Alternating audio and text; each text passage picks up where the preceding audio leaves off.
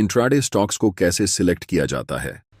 ज्यादातर beginner traders randomly किसी भी स्टॉक में ट्रेड करने लगते हैं, जिससे उन्हें टेक्निकल एनालिसिस पता होने के बावजूद भी लॉस हो जाता है। हम जानते हैं कि स्टॉक मार्केट में कई अलग अलग एसेट्स में ट्रेड कर सकते हैं, जिनमें स्टॉक्स में ट्रेड करके प्रॉफिट कमाना सबसे आसान है। इसका कारण यह है कि स्टॉक्स में वोलेटिलिटी कम रहती है, और जब हम इंट्राडे ट्रेड करते हैं तो हमें ब्रोकर की तरफ से 5 गुना मार्जिन भी मिलता है। इस कारण हम कम कैपिटल में भी अच्छे रिस्क मैनेजमेंट के साथ डिसेंट अमाउंट प्रॉफिट बना सकते हैं। इस वीडियो में हम डिटेल में डिस्कस करेंगे कि professional intraday traders stock selection कैसे करते हैं। पहले वे सेक्टर वाइज एनालिसिस करते हैं और फिर उस सेक्टर के स्टॉक्स को सिलेक्ट करके इंट्राडे ट्रेड करते हैं। एनालिसिस के इस तरीके को डिटेल में जानेंगे, लेकिन वीडियो की शुरुआत से शुरू करेंगे ताकि बिगनर ट्रेडर्स को भी यह अच्छे से समझ में आए। मार्केट ओपन होने से पहले हमें यह जानना चाहिए कि उस दिन मार्केट का सेंटीमेंट क्या होने वाला है। सेंटीमेंट का मतलब है कि उस दिन मार्केट बुलिश है या फिर बेयरिश, और जो भी मार्केट का सेंटीमेंट होगा हम उसी दिशा में ट्रेड करेंगे। अगर मार्केट बेयरिश है तो हम ऐसे स्टॉक्स ढूंढेंगे जहां सेल ट्रेड का सेटअप बन रहा हो, और अगर सेंटीमेंट बुलिश है तो हम ऐसे स्टॉक्स ढूंढेंगे जहां बाय ट्रेड का सेटअप बन रहा हो। अब आप सोच रहे होंगे कि मार्केट सेंटीमेंट कैसे पता चलेगा। इसे पता करना बहुत आसान है और हम इसे 3 तरीकों से पता कर सकते हैं। पहला, मार्केट ओपन होने से पहले हमें एक बार ग्लोबल मार्केट को देखना होगा।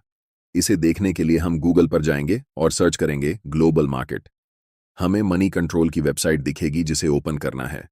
ओपन करने के बाद आपको दुनिया की सभी प्रमुख मार्केट्स दिख जाएंगी, जैसे यूरोपियन मार्केट्स, एशियन मार्केट्स आदि।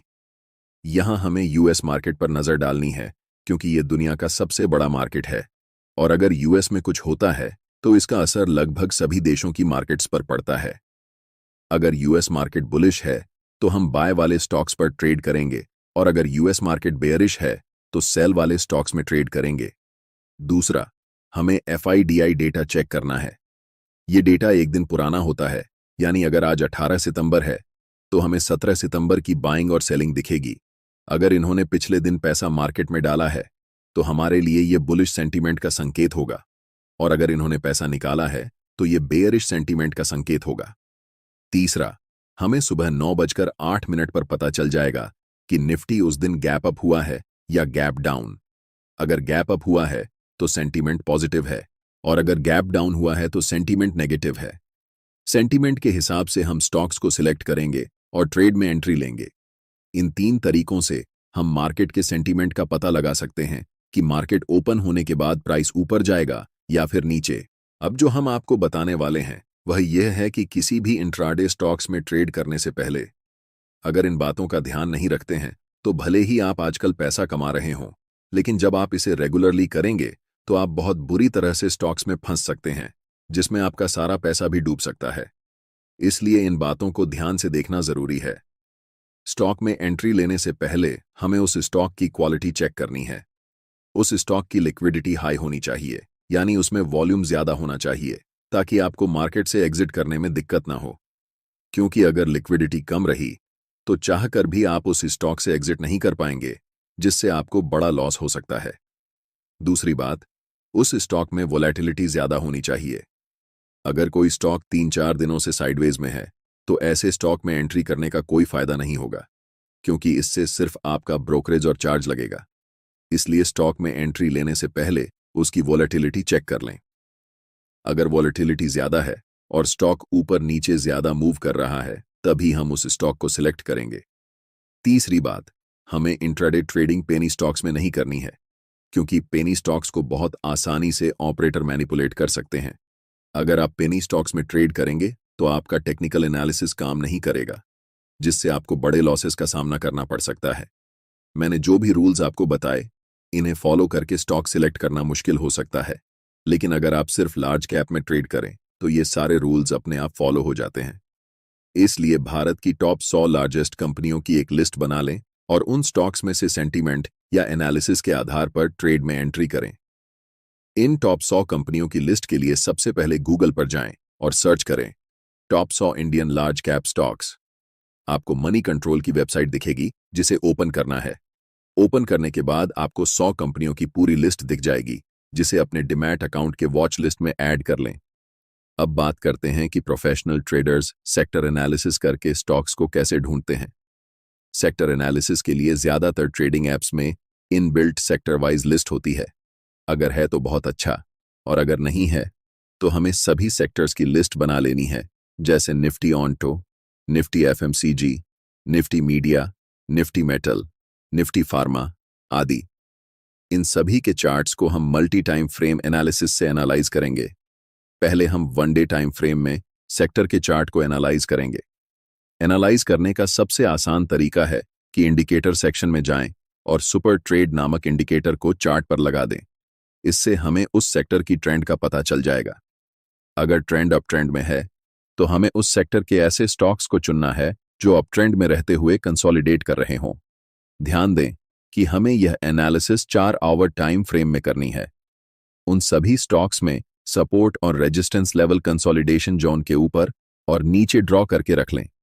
अगले दिन, जिस दिन आप ट्रेड लेने की तैयारी कर रहे हो, उस दिन आपको 3 मिनट के टाइम फ्रेम में चार्ट ओपन करना है।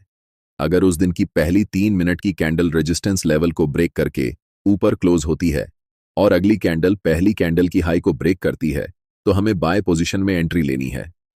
इस स्थिति में हमारा स्टॉप लॉस प्रीवियस डे की लास्ट कैंडल की लो होगी। और अगर स्टॉप लॉस बड़ा हो रहा है और रिस्क रिवॉर्ड रेशियो फेवरेबल नहीं है, तो उस समय हमें पहली कैंडल की लो को स्टॉप लॉस रखना है। अगर अभी भी आपको समझ में नहीं आया तो कोई बात नहीं, चलिए इसे एक उदाहरण की मदद से समझते हैं। 9:08 पर आपने देखा कि निफ्टी आज गैप अप ओपन होने वाली है। साथ ही ग्लोबल मार्केट भी बुलिश सेंटिमेंट में है। इसका मतलब यह है कि आज हमें ऐसे सेक्टर को ढूंढना होगा जो अपर ट्रेंड में हो और कंसोलिडेट कर रहा हो। सबसे पहले मैं अपना सैमको ब्रोकिंग ऐप खोल लेता हूं। ऐप खोलने के बाद हमें वॉच लिस्ट में जाना है, जहां हमें इंडेक्स एनालिसिस का विकल्प मिल जाता है। यहां पर हमें सभी सेक्टर और इंडेक्स की एक लिस्ट दिखती है। इन सभी को एनालाइज करने के बाद पता चलता है कि आईटी सेक्टर अप ट्रेंड में है और ऊपर के लेवल पर कंसोलिडेट कर रहा है। अब हम निफ्टी आईटी पर क्लिक करके उसके सभी स्टॉक्स को देखेंगे। इनमें से एम्फेसिस स्टॉक सबसे ज्यादा बुलिश लग रहा है, क्योंकि इसने पिछले दिन 1.3% का गेन हासिल किया था। अब हम इस स्टॉक पर क्लिक करेंगे और उसके चार्ट्स को देखेंगे। चार्ट में यह स्टॉक एक स्ट्रॉन्ग अपर ट्रेंड में है और ऊपर के लेवल पर कंसोलिडेट कर रहा है।